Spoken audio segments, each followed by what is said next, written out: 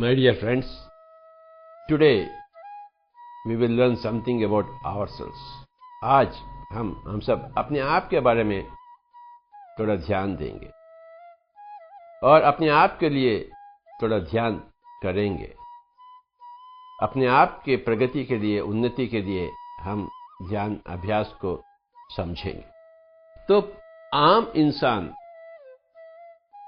देखा जाए तो जैसे गौतम बुद्ध ने बताई, दुखी है। हर जगह दुख फैला हुआ है। एवरीवेयर देयर इज दुख, मिजरी। परंतु एक बुद्धा के पास दुख नहीं है। चाहे उससे कुछ भी हो जाए, वे कदापि दुखित नहीं है, क्योंकि एक बुद्धा बन गया है। हम चाहते हैं कि हम सब बुद्धा बने, अर्थात दुख से परे हो जावें। जो कोई दुख से परे हो जाता है तो वह एक बुद्ध कहलाता है। बुद्ध बनने का एक शास्त्र है, एक अभ्यास है, एक लक्ष्य है, एक मार्ग है। संपूर्ण मानवाళी के लिए एक ही एक रास्ता है बुद्ध बनने के लिए। उस रास्ता का नाम है ध्यान, जो स्वयं गौतम बुद्ध ने अपनाए और हमें बताए। और जैसे गौतम बुद्ध ने कही, मेरे पहले भी लाखों लोग बुद्ध बन चुके हैं, मेरे बाद में लाखों लोग बुद्ध बनेंगे। तो ये तो परम सत्य है। गौतम बुद्ध अकेला बुद्ध नहीं था, उसके पहले भी लाखों की संख्या में बुद्ध बने, जन जन कल्याण हुई है। और गौतम बुद्ध के पश्चात भी लाखों लोग बुद्ध बन चुके हैं। लाखों लोग अपना कल्याण पा चुके हैं ध्यान के माध्यम। तो अगर हम दुख को नहीं चाहते हैं, जिंदगी में पल भर भी दुख नहीं देखना चाहते हैं, तो हमें अवश्य उसी मार्ग में चलना होगा जिस मार्ग में गौतम बुद्ध ने अपने कदम उठाए। वे भी एक राजा थे, परंतु जैसे ही दुनिया में गए हैं, जगह जगह दुख देखी। गरीबी, बीमारी, वृद्धता, न जाने कितने कितने कितने कितने परेशानियां हर एक के पास। जो हम चाहते हैं अपना पास नहीं है, जो हम नहीं चाहते हैं अपना पास है।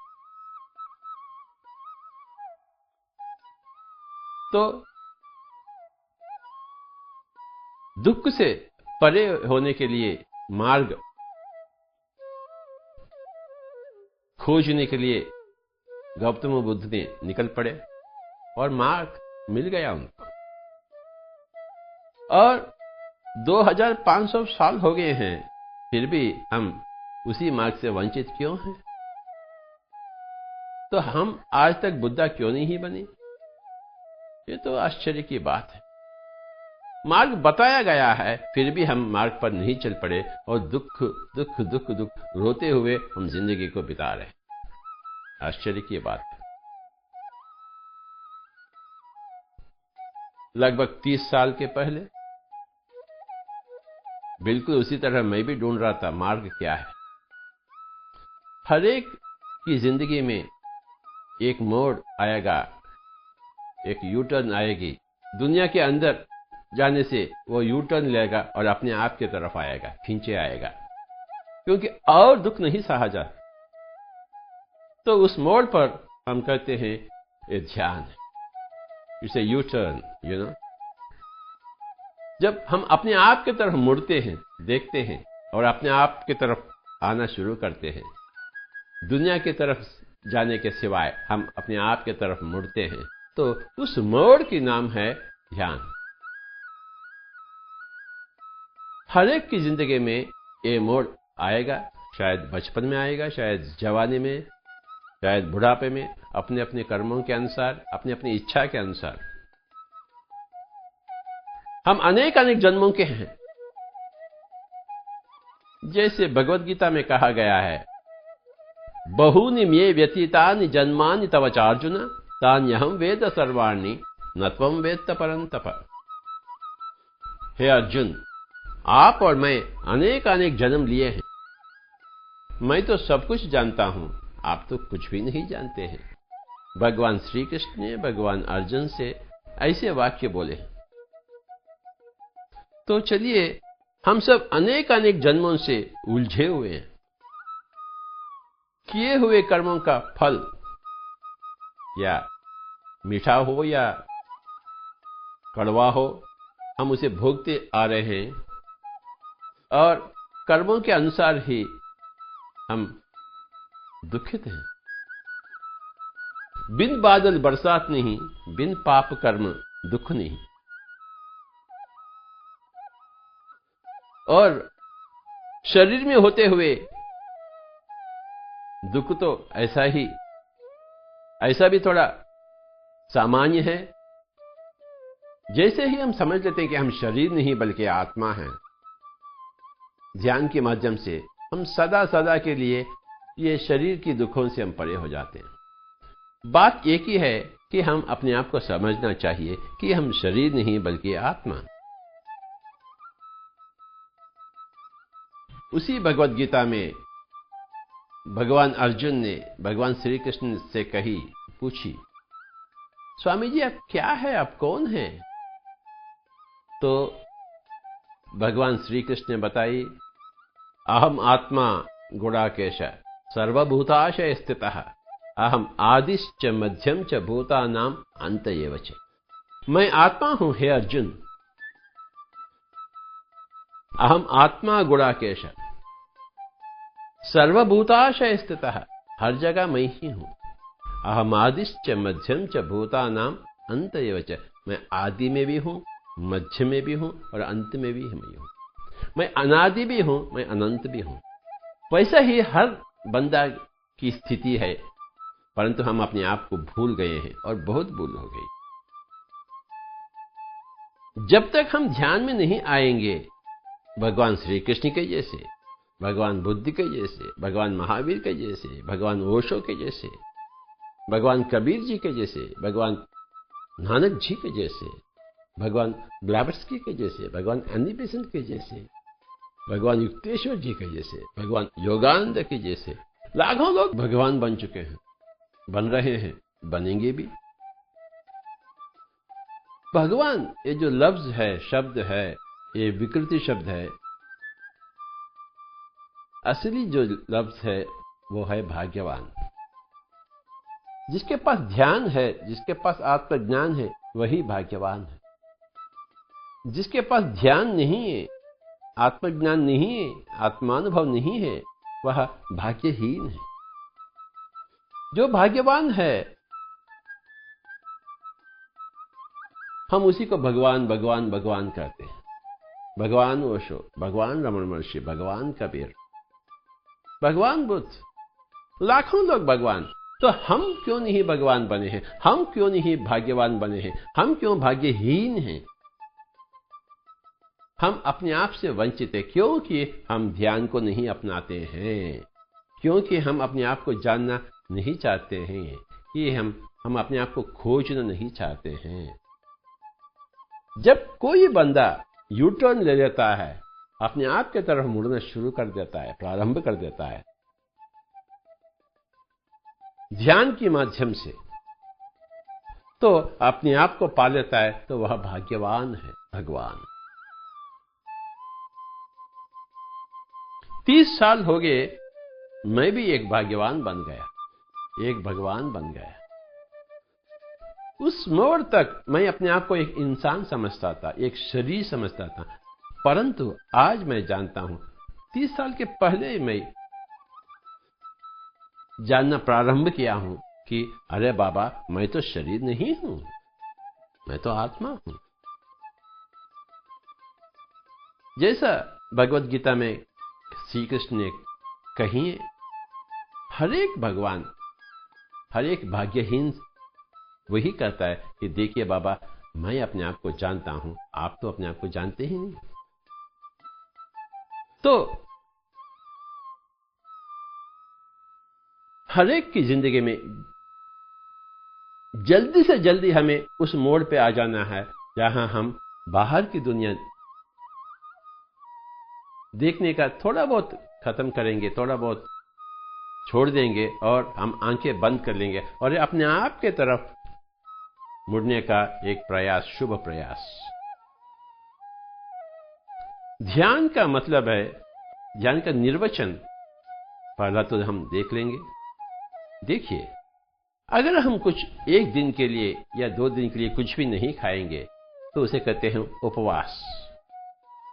अगर 1 दिन के लिए अथवा 2 दिन के लिए हम कुछ भी बोलेंगे नहीं, कोई भाषण नहीं होगा, मुंह बंद कर बैठेंगे, तो उसी का नाम है मौन। तो कुछ भी नहीं खाएंगे तो वह उपवास हो गई है। कुछ भी ना बोलेंगे, वाणी नहीं चलाएंगे तो मौन हो गई है। बिल्कुल उसी तरह कुछ भी ना सोचेंगे तो वह ध्यान हो गई।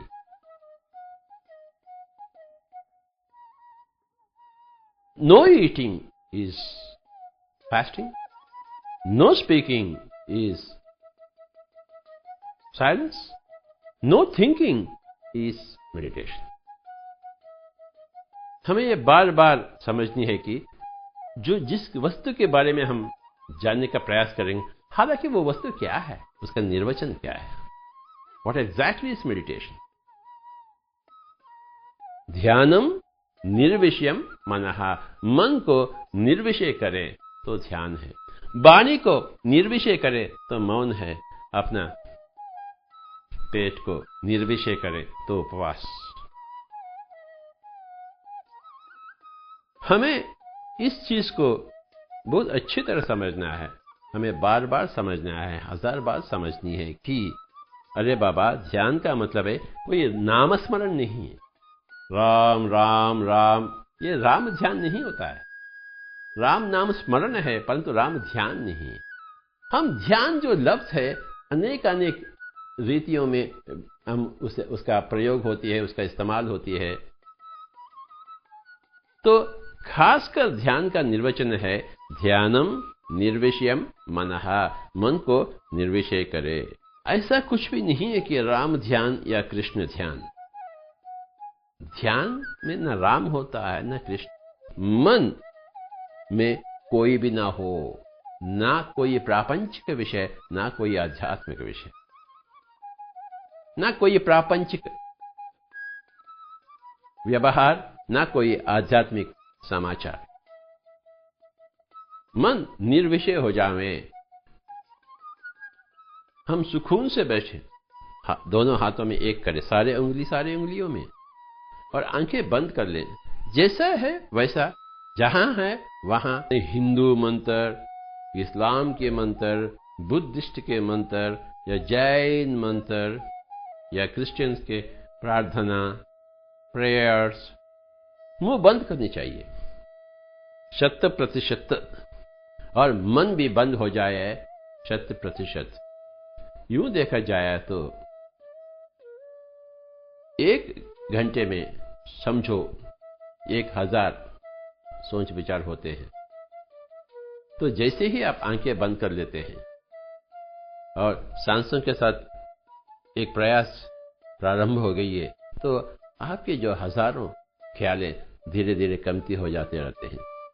500, 400, 300, 100, 50, 40, 30, 20, धीरे धीरे वो जो बोझ है सोचों का, विचारों का, वो कमती हो जाती रहती है। आपको आंखें न खोलनी है, आंखें बिल्कुल बंद, और अपने ही उच्छ्वास निश्वास के साथ एक होना चाहिए। इसे गौतम बुद्ध ने आनापानसति कही है। आन यानी उच्छ्वास, अपान यानी निश्वास, सति का अर्थ है जुट जाना, एक हो जाना। जैसा एक पति एक स्त्री और पुरुष मिल जाते हैं, पति पत्नी मिल जाते हैं, तो संसार हो ये सुख पा लेते हैं, शरीर की सुख पा लेते हैं। बिल्कुल उसी तरह मन और सांस एक हो जावे तो आत्मा की सुख मिल जाती है। हमें शरीर का सुख भी चाहिए और आत्मा के सुख। अगर आत्मा के सुख नहीं पाते हैं तो शरीर का सुख के साथ ही साथ शरीर का दुख भी मिलेगा। जिंदगी का सुख के साथ ही साथ जिंदगी का दुख भी मिलेगा। हमें जिंदगी का सुख चाहिए, जिंदगी का दुख नहीं चाहिए, तो आत्मा की तरफ आप कदम आगे बढ़ाना ही है, ध्यान को अपनाना ही है, आत्मानुभव को पाना ही है।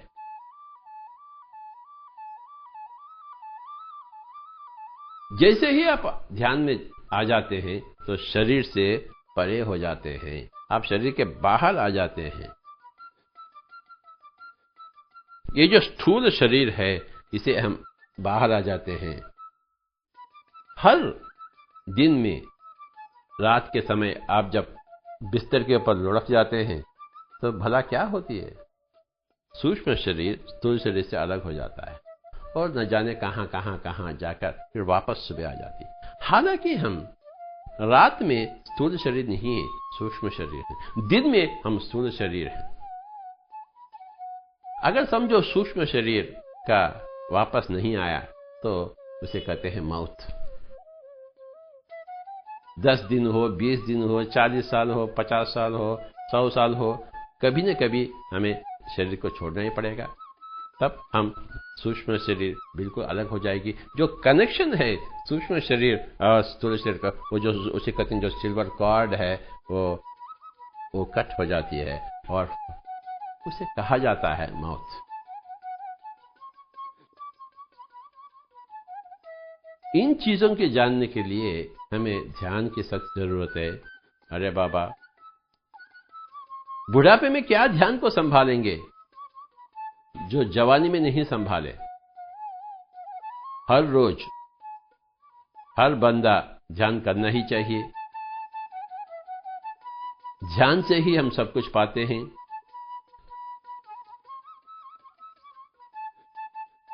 जो आनंद हमारे पास नहीं है हम उसे मोल लेते हैं।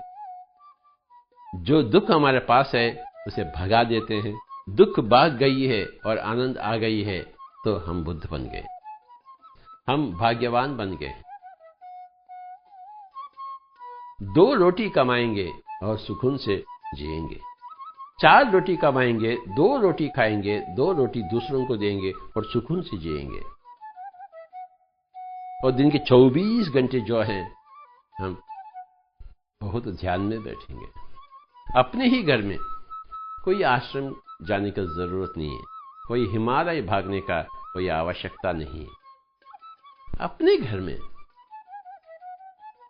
अपना शरीर ही मंदिर है। हम स्वयं भाग्यवान हैं, हम स्वयं भगवान हैं, हम स्वयं आत्मा है और अपना घर ही अपना आश्रम। घर को आश्रम बनावे।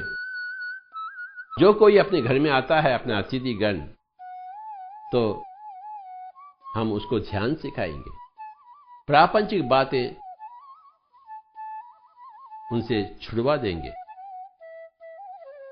प्रापंचिक काम ठीक है परंतु प्रापंचिक बातें ठीक नहीं।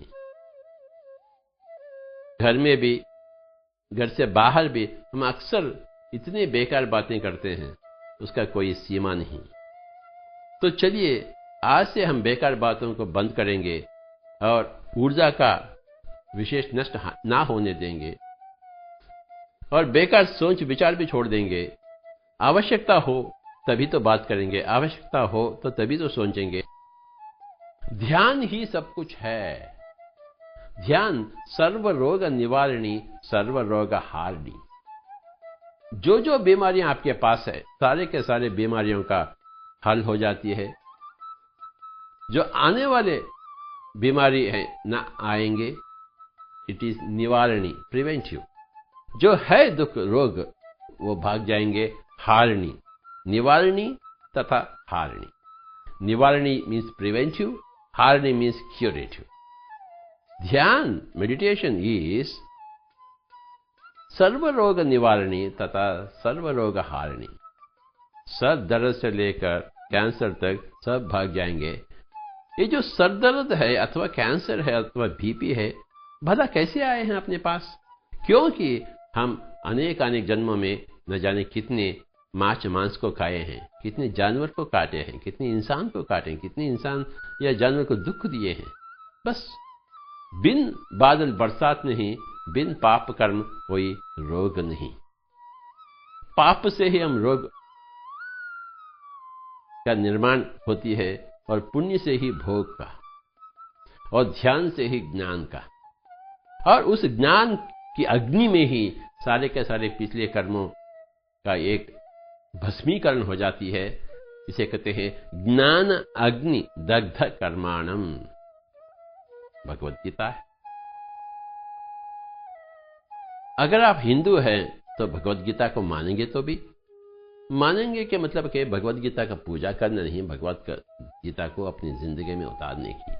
ज्ञान अग्नि दग्ध कर्माण, ज्ञान की अग्नि में ही अपने सारे सके सारे कर्म अंत हो जाएंगे, दग्ध हो जाएंगे, तो हम रोग मुक्त हो जाएंगे, दुख मुक्त हो जाएंगे।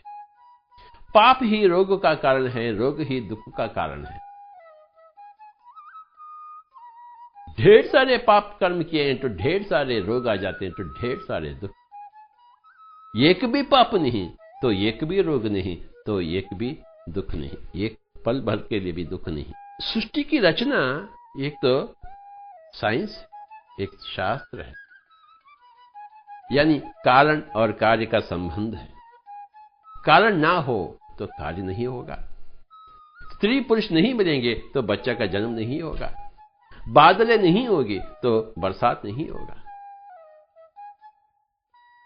पाप कर्म नहीं है तो रोग नहीं होंगे। पुण्य कर्म नहीं है तो भोग नहीं होगा। ध्यान कर्म नहीं होता है तो आत्मज्ञान संभव नहीं है। Everything is cause and effect phenomenon. Cause is कारण, इफेक्ट इज कार्य, कारण कार्य संबंध, कॉज एंड इफेक्ट फिनोमिनन। अच्छा पढ़ाई करेंगे तो हम अच्छे पास होंगे, पढ़ाई नहीं करेंगे तो पास कैसे होंगे? अच्छा खेलेंगे, अभ्यास करेंगे तो हम खेल में फर्स्ट आ जाएंगे, नहीं तो नहीं आएंगे। मांस नहीं खाएंगे तो रोग नहीं होगा। सृष्टि का नियम है। सृष्टि रचना में एक महान नियमता है, एक शास्त्रीयता है। It's all metaphysics. Physics is the law of the movement of the energies, whereas metaphysics the law of the movement of intents and thoughts and आत्मिक consciousness. प्रापंचिक विषयों से हटकर, यानी फिजिक्स से हटकर आध्यात्मिक विषयों के ऊपर नजर डालने के लिए, यानी मेटाफिजिक्स में आने के लिए हमें आंखें बंद करना ही है, क्योंकि हम आंखों से ही दुनिया को पकड़ते हैं। आंखें बंद कर लेने से दुनिया को छोड़ देते हैं। जो हम दुनिया को पकड़े हैं आंखों के माध्यम से, उसे छोड़ना ही पड़ता है। अपना जो आत्मा की ऊर्जा है लगभग 80% आंखों से बाहर जाती है। इसे हम बंद कर लें तो 80% दुनिया खत्म है। अब 20% दुनिया है, ये जो मन में है, उसे समाप्त करने के लिए हमें सांस की जरूरत है। आंखें बंद कर लिए तो 80% दुनिया खत्म है, और सांसों के साथ रहे तो जो 20% दुनिया है मन ही मन में, तो उसका भी अंत हो जाएगा। आंखें बंद कर ले और अपने ही उच्छ्वास निश्वास के साथ, सांसों के साथ कोई जबरदस्ती नहीं करना, अहंकार प्रकट नहीं करना। जैसे जोर से खींचे और जोर से फेंके, जोर से अंदर रखें, यानी कुंभक, पूरक, रेचक इत्यादि चेष्टाएं न करें।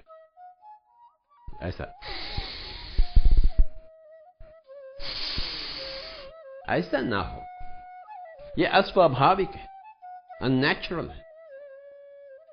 जैसा सहज श्वास है, जैसा स्वाभाविक श्वास उच्छ्वास निश्वास है, बस उसी के साथ संगम। जब मैं बात कर रहा हूं, भाषण दे रहा हूं, तो सांस तो चल रही है। तो सांस चलाने वाला कौन है? प्रकृति है, भौतिक प्रकृति। ध्यान के समय पर हम सांसों का ही ध्यान में रखे, सांसों के पर एकाग्रता रखे, मन और सांस एक हो जाए, और सांस जैसा है वैसा। सांस की गति में हम उस गति को बाधा ना पहुंचाएं, अपने तरफ से जैसा है वैसा उसे स्वीकारते हुए, उसे नमन करते हुए, सांसों के साथ एक हो जाने का एक अद्भुत प्रयास, जिसे ध्यान कहते हैं। अरे बाबा, कुछ मुंह में डाले तो ही जाने रस क्या है, जूस कुछ नासिका के पास रखे तो जाने उसकी सुगंध क्या है, आंखें खोलकर ही देखे तो उसका खूबसूरत क्या है, कुछ कान खोले तो सुने, उस संगीत को सुने। कान बंद हो गए तो संगीत भी खत्म। अरे मुंह में डालेंगे तो ही रस को पाएंगे, ध्यान करेंगे तभी तो आत्मा के रस को पाएंगे, आत्मा की धुन को सुनेंगे, आत्मा की रूप को जानेंगे, आत्मा की सौगंध को पाएंगे। कुछ करेंगे तो कुछ पाएंगे, नहीं करेंगे ध्यान तो आत्मा के बारे में कुछ भी नहीं जानेंगे और अपने आप से वंचित हो जाएंगे, भाग्यहीन, और जिंदगी भर रोते हुए और स्वयं बाधा में, स्वयं दुख में, और दूसरों को भी दुख देते हुए, दूसरों को भी बाधा देते हुए। जो स्वयं आनंद में है, भगवान बुद्ध के जैसे, भगवान कबीर के जैसे, जो लोग ऐसे लोगों के पास आएंगे तो वो आनंद ही लेकर जाएंगे।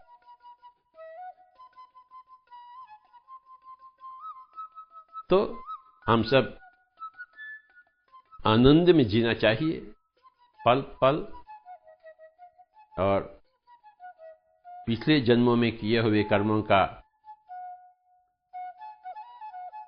बुरे कर्मों का, नेगेटिव कर्मों का, नकारात्मक कर्मों का भस्मीकरण हो। अपने आप से हम मुक्ति चाहते हैं।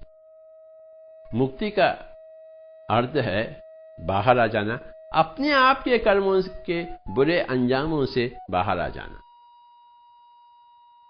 ये अपने आप के ऊपर निर्भर है। ध्यान चाहेंगे तो ही करेंगे, करेंगे तो ही ध्यान का फल पाएंगे। ध्यान नहीं चाहेंगे तो अवश्य नहीं करेंगे, नहीं करेंगे तो फल का कोई गुंजाइश ही नहीं है। में जी, कौन सा समय उचित है? हम कहते हैं कौन सा समय अनुचित है। किसी भी समय हो, सुबह, दोपहर, शाम, रात, जब आपको अच्छा लगता है तो तभी बैठें। कहां बैठना चाहिए? जहां आपको अच्छा लगता है वहीं बैठिए। किस परिस्थिति में करें? सर्व परिस्थितियों में अवश्य करें। चंद स्त्री जन पूछते हैं, जब हमारा पीरियड्स होते हैं क्या हमें करना है? तो तभी तो करना है। जितना ही ज्यादा ध्यान करेंगे उतना ही ज्यादा ऊर्जा को इकट्ठा कर लेंगे अपने आप में और शरीर निरोगी बन जाएगी। ये तो साइंस है। आप करिए, देखिए, पाइए, समझिए।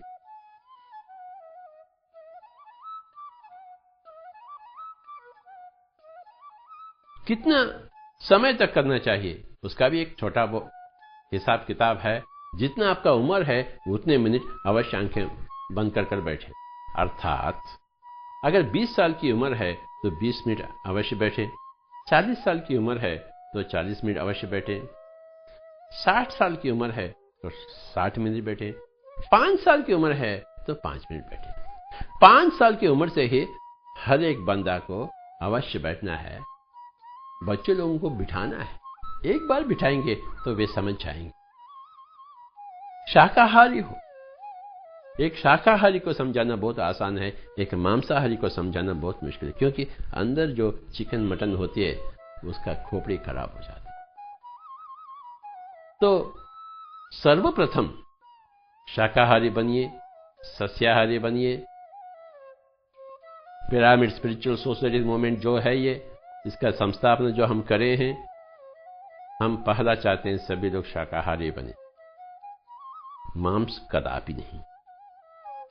अपने कारण कोई जानवर का हिंसा ना हो, कोई जानवर का प्राण हरण ना हो, कोई पक्षी का, कोई जानवर का, कोई माछ का। और अहिंसात्मक बने, आज से बने, जिंदगी भर उसे निभाएं और वक्त वक्त पर आंखें बंद कर लें और सांसों के साथ एक हो जाएंगे। कोई मंत्र वंत्र नहीं बार बार हमें समझना है, क्योंकि मुंह बंद करना है मौन में होते हुए, और यहां मौन, यहां ध्यान। तो सामूहिक ध्यान करें, और सामूहिक ध्यान में 3 गुना अधिक शक्ति आप पाते हैं, क्योंकि सबसे पाते हैं। एकांत ध्यान से ही एक सामूहिक ध्यान 4, 5, 10 मिलकर ध्यान में बैठे, अपने घर में सारे परिवार मिलकर बैठे, सामूहिक ध्यान। बिल्कुल उसी तरह संगीत रखिए, अच्छा नाद संगीत, पंडित रविशंकर को रखिए, बिस्मिल्लाह खान को रखिए, और संगीत के साथ ही साथ ध्यान में बैठेंगे तो संगीत का ध्यान भी 3 गुना अधिक शक्तिशाली है। तो अच्छा संगीत रखिए आप, मोस्टली इंस्ट्रूमेंटल म्यूजिक और क्लासिकल म्यूजिक, वाद्य संगीत, शास्त्रीय संगीत को अपनावें और अच्छी तरह बैठ जाएं। अपना सीडी ऑन करें, बिस्मिल्लाह खान आ रहा है, रविशंकर आ रहा है, बस सुकून है, और अपने ही सांसों के साथ मस्ती करें, दोस्ती करें। ध्यान का मतलब है सांसों के साथ दोस्ती तथा सांसों के साथ मस्ती।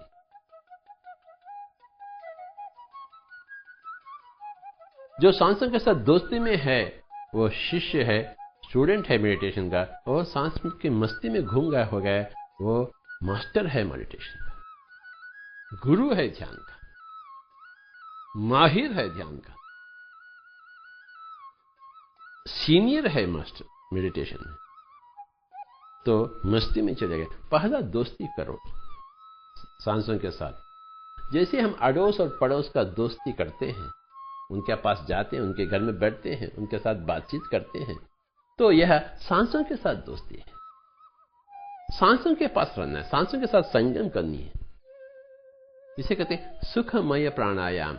असुख नहीं, श्री गौतम बुद्ध ने आनापान सती कही है। आन का अर्थ है उच्छ्वास पाली भाषा में, अपान का अर्थ है निश्वास पाली भाषा में, सती का अर्थ है मिलकर रहना। आनापान सती।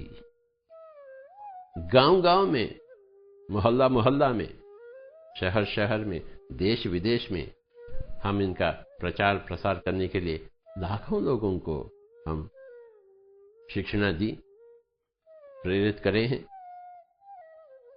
हम चाहते हैं आप भी ध्यान को अपनाएं, दुख से परे हो जावें, संत बने। साधु और संत देख लीजिए, शाकाहारी बने तो साधु बने, ध्यानी बने, ध्यान योगी बने तो संत बने। जो दूसरा प्राणी को हानि नहीं पहुंचाता है वो साधु है। जो अपने आप को पहचान लिया है वो संत है। हम सभी लोग साधु संत बने। इस धरती में कोई भी ऐसा ना हो जो साधु नहीं है, जो संत नहीं है। सभी लोगों को साधु बनाएंगे हम, उनको अहिंसा की शिक्षणा देंगे, शाकाहार की पूर्ति देंगे और ध्यान की शिक्षणा देंगे, आत्मज्ञान की स्फूर्ति देंगे, तो उनको संत बनाएंगे। सभी लोग साधु बने तथा संत बने। सभी को नमस्कार।